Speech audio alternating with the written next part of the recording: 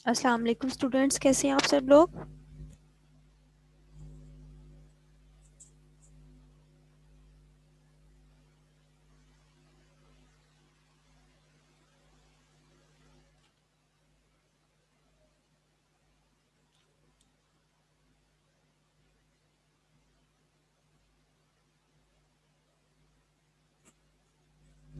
अस्सलाम वालेकुम स्टूडेंट्स, कैसे हैं आप सब लोग। वालेकुम सलाम मैम, हम ठीक। गुड। आपका प्रीवियस लेक्चर से रिलेटेड कोई क्वेश्चन हो तो आप पूछ सकते हो।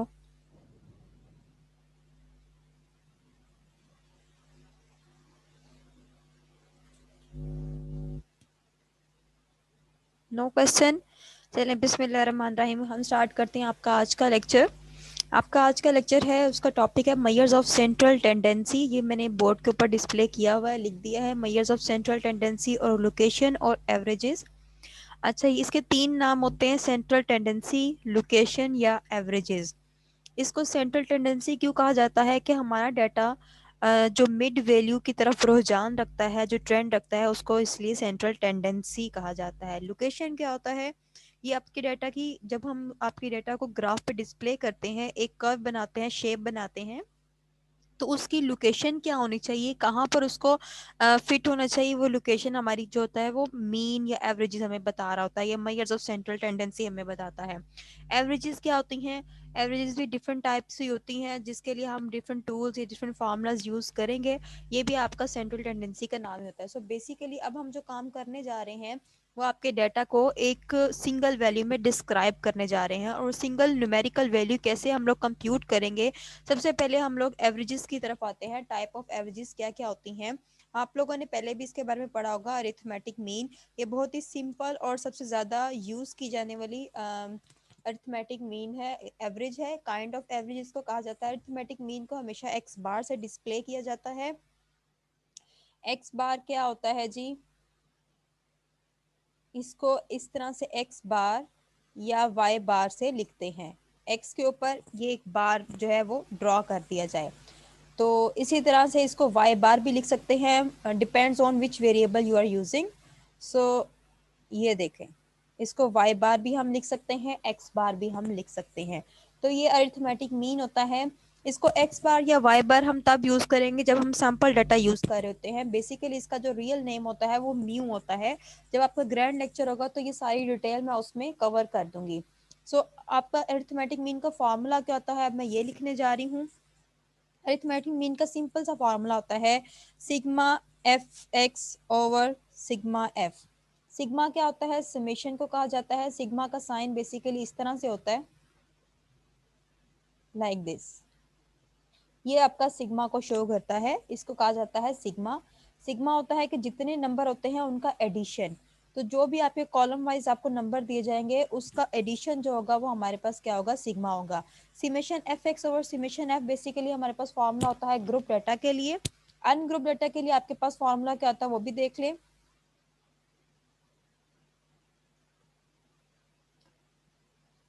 सिमेशन एक्स ओवर एन, ठीक है। ये दो किस्म के फार्मूला हैं अरिथमेटिक मीन के। बाय डायरेक्ट मेथड से मैं आगे लिख भी देती हूँ। ये ग्रुप डाटा के लिए फार्मूला होता है और ये आपके पास अनग्रुप डाटा के लिए फार्मूला होता है। अब हम दोनों मेथड के साथ एक क्वेश्चन सॉल्व करते हैं, ठीक है। ये आपके पास अरिथमेटिक मीन के दोनों फार्मूलाज हो गए। अरिथमेटिक मीन बेसिकली में क्या बताता है, आपके डाटा का रुझान, यानी आपके होल वैल्यूज एक सेंट्रल वैल्यू में किस तरह से ट्रेंड रखते हैं, या उसके इर्द गिर्द कितनी वैल्यूज जो हैं वो लाई करती हैं, या कितने डिस्टेंस पे मौजूद हैं, वो हमारे पास अरिथमेटिक मीन होता है। या इसको डिस्क्रिप्टिव स्टैटिस्टिक्स भी कहा जाता है। ये बेसिकली आपके डेटा की को एक सिंगल वैल्यू में डिस्क्राइब करता है। इसको एवरेज भी बोला जाता है, और ये काइंड ऑफ एवरेज में वेरी फर्स्ट काइंड है और सबसे ज़्यादा यूज़ की जाने वाली एवरेज है। अच्छा, अब आपके पास फॉर एग्जांपल एक डाटा है, ठीक है। यहाँ पे एक अनग्रुप डाटा है आप लोगों के पास।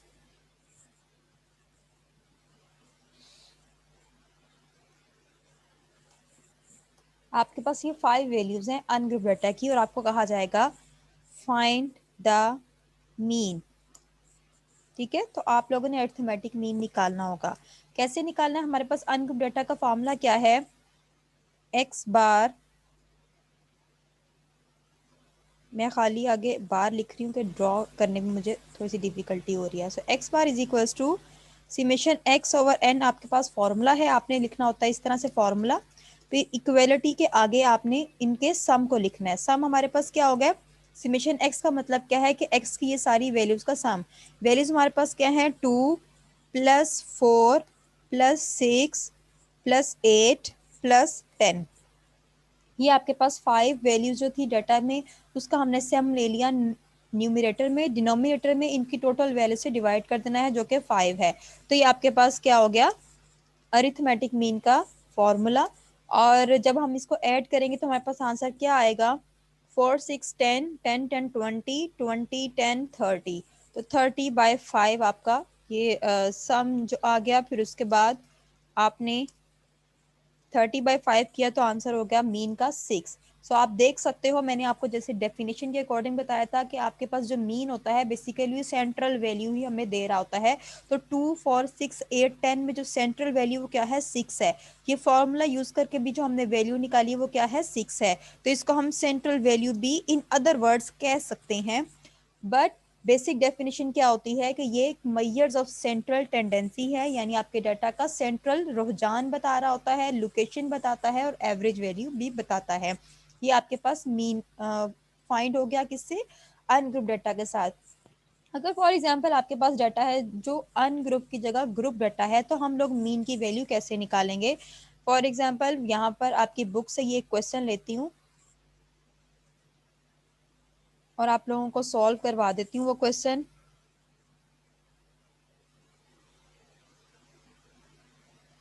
आप लोगों के हाथ में कैलकुलेटर्स होने चाहिए गर्ल्स, कैलकुलेटर्स पकड़ लें।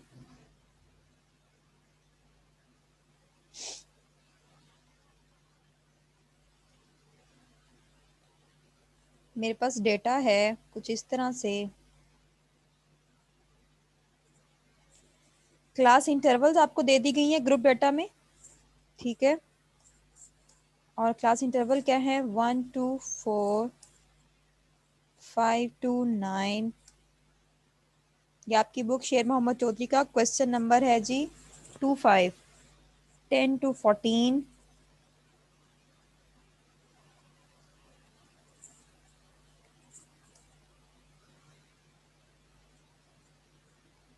15 to 19,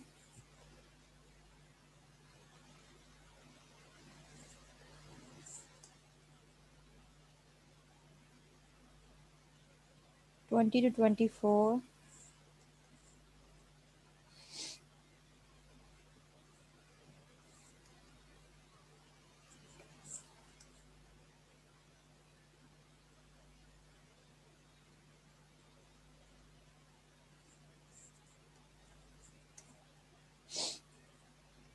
30 to 34। इसके आगे आपको फ्रीक्वेंसी दे दी गई हैं।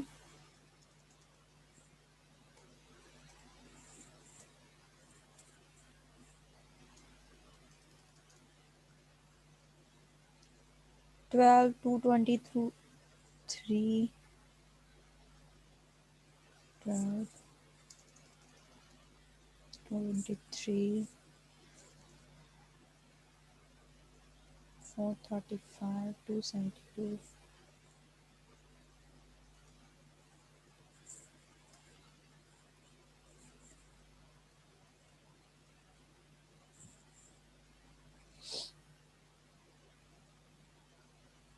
161,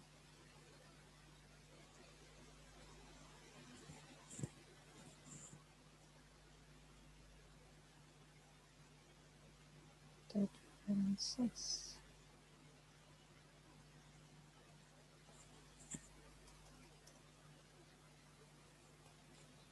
ओके जी, ये आपकी फ्रीक्वेंसी और आपको ग्रुप डाटा दिया गया है, यानी क्लास इंटरवल के साथ उसके सामने फ्रीक्वेंसीज बताई गई हैं। और आपको कहा जा रहा है आपने क्या फाइंड करना है, अरिथमेटिक मीन निकालना है। तो ग्रुप डाटा के साथ अरिथमेटिक मीन कैसे निकालते हैं, उसका फॉर्मूला होगा अरिथमेटिक मीन, या इसको खाली मैं एम भी लिख सकती हूँ। ये इक्वल होता है हमारे पास sigma F X over sigma F के।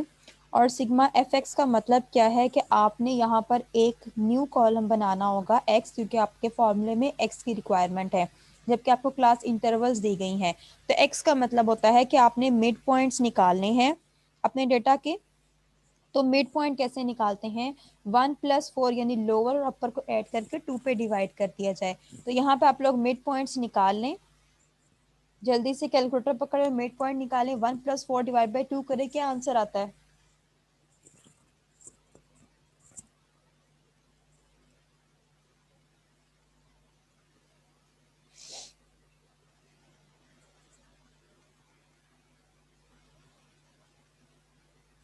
2.5, यही आंसर आता है।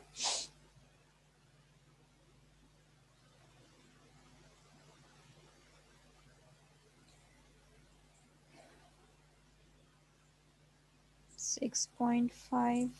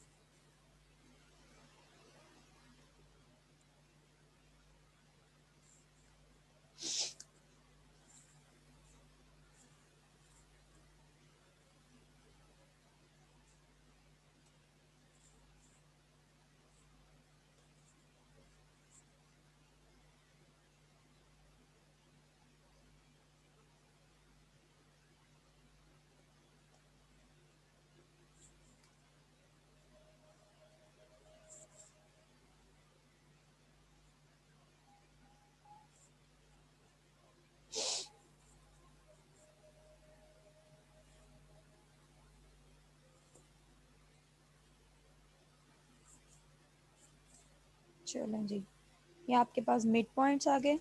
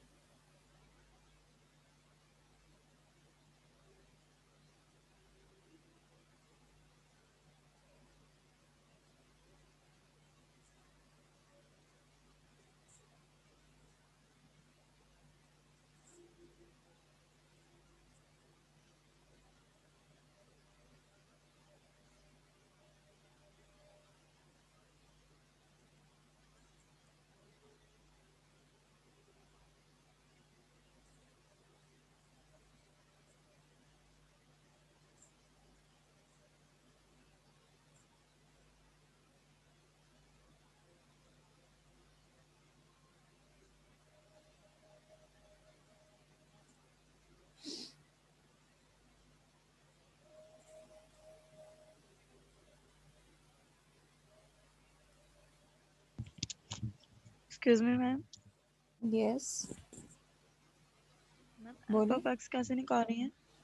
मैं बताती हूँ, आपको जान हो रही थी इस वजह से मैंने कहा पहले प्रोडक्ट्स निकालूं फिर आप लोगों को बताती हूँ। चलो ठीक है। अच्छा जी, अब अपने कैलकुलेटर्स अपने हाथ में पकड़े, मैं बताती हूँ कि एफ ऑफ एक्स हम लोग कैसे निकाल रहे हैं। एफ एक्स का मतलब क्या है कि इस एफ के कॉलम की तमाम वैल्यूज का उसके कॉरस्पॉन्डिंगली एक्स की वैल्यूज के साथ प्रोडक्ट हमने निकालना है नेक्स्ट कॉलम में। प्रोडक्ट क्या होता जी। है, यानी 12 को मल्टीप्लाई कर दे 2.5 के साथ तो आपके पास आंसर आ जाएगा 30। 223 को मल्टीप्लाई जी। कर दे 6.5 के साथ आंसर आ जाएगा 1449। 435 को मल्टीप्लाई कर दे 11 के साथ 5002 एंड सो ऑन। इस तरह से आपने ठीक है। सारी वैल्यूज निकालनी होगी। तो अभी तक मैंने कितनी निकाली है, बाकी दो का आंसर आप खुद बताइए। मैम कैलकुलेटर नहीं है आप पास। कितनी गलत बात है, आप लोगों को कहा गया कि स्टैट के लेक्चर में कैलकुलेटर्स आपके हाथ में होने चाहिए।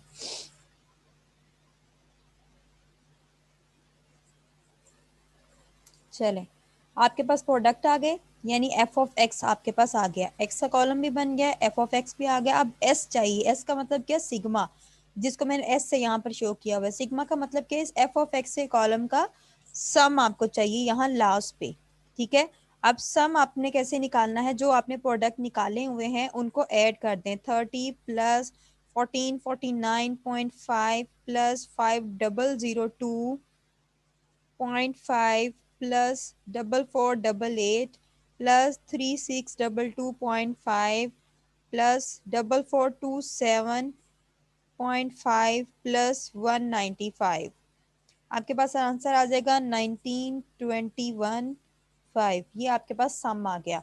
अब आपने सम को न्यूमरेटर में लिख देना है, एस ऑफ एफ एक्स की जगह पर इसका सम लिखना है, लिख दिया 19215।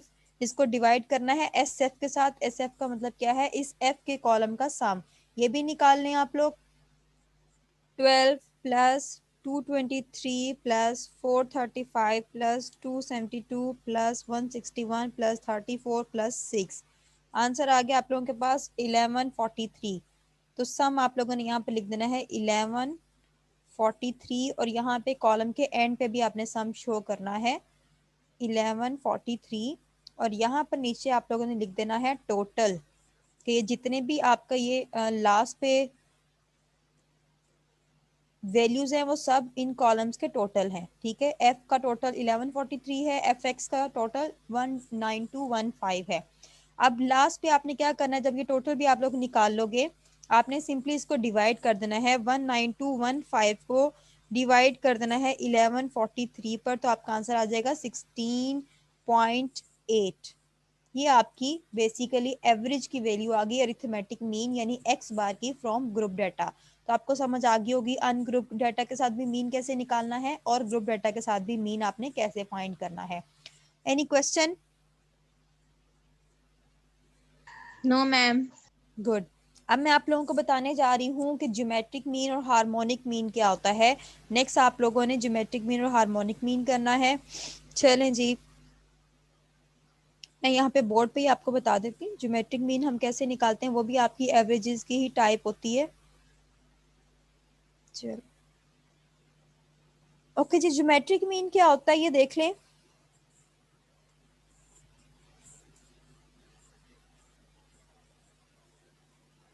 ज्योमेट्रिक मीन इसकी सेकंड काइंड है। ज्योमेट्रिक मीन में बेसिकली हम लोग वो वाला डाटा इस्तेमाल करते हैं जो कि इंक्रीज हो रहा होता है ग्रेजुअली, जैसे कि एम्प्लॉयज़ की सैलरी आपको पता है सालाना इंक्रीमेंट उनके लगते हैं। तो इस तरह का जब हमारे पास डाटा आता है ना, तो हम उसके लिए जो एवरेज प्रेफर करते हैं वो हमारे पास ज्योमेट्रिक मीन होती है। और ज्योमेट्रिक मीन का फॉर्मूला बेसिक आपके पास क्या होता है कि आप लोगों ने लिखना होता है कैपिटल जी डॉट एम, यानी geometric mean is equals to square root. अगर यहाँ पे मुझे स्क्वायर रूट का साइन मिल जाए, लैपटॉप पे नहीं नज़र आ रहा, बट आपने याद रखना है जो भी आपके पास वैल्यूज होंगी, फॉर एग्जांपल आपके पास n1 वैल्यू है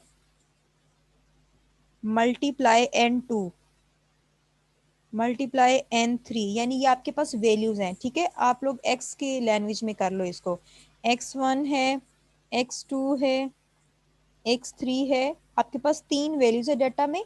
आपने इन तीनों वैल्यूज को प्रोडक्ट करके फिर उसके बाद पावर लेनी है। और पावर लेने का तरीका क्या होता है कि आपने पावर को रूट में रखना है, यानी तीन वैल्यूज हैं तो 1/3 से इसकी पावर ले लेनी है। ये आपका बेसिक ज्योमेट्रिक मीन का फॉर्मूला होगा, ठीक है।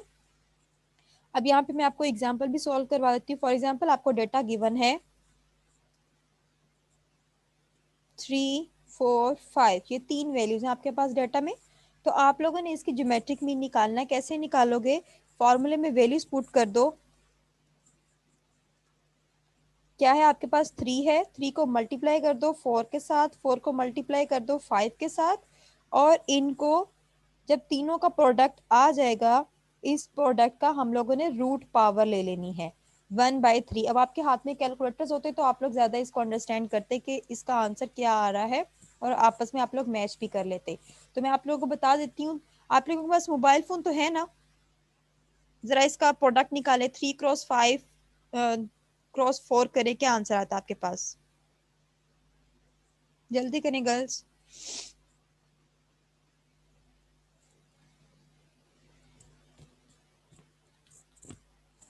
मैम 60 आता है। 60 आंसर आता है? श्योर है तीनों को प्रोडक्ट करने के बाद? जी 60 यस आता है। मैम। अब आपने क्या करना है, इसकी पावर लेनी है 1/3। 1/3 हमारे पास होता है 0.33 के इक्वल। कैलकुलेटर से करके देख लें, और कैलकुलेटर में जाके अब 60 की पावर ले लें 1/3, तो क्या आपके पास आंसर आ रहा है?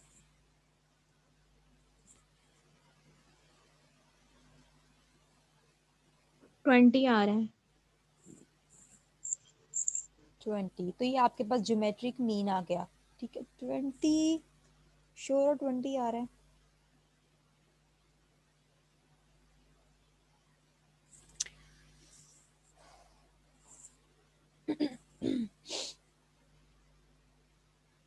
चलो खैर, आप लोगों को समझ आ गया इसका सॉल्यूशन कैसे होता है। यानी जो हम मीन में वैल्यूज को ऐड करके उनके टोटल नंबर पे डिवाइड करते हैं, ज्योमेट्रिक मीन में उन वैल्यूज को प्रोडक्ट करके उनकी पावर ले लेनी है आपने, रूट पावर लेनी है। रूट पावर का मतलब है यानी 1 से डिवाइड करके उतने नंबर की पावर लेनी है। 23 यस 23 समथिंग आ रहा है आगे।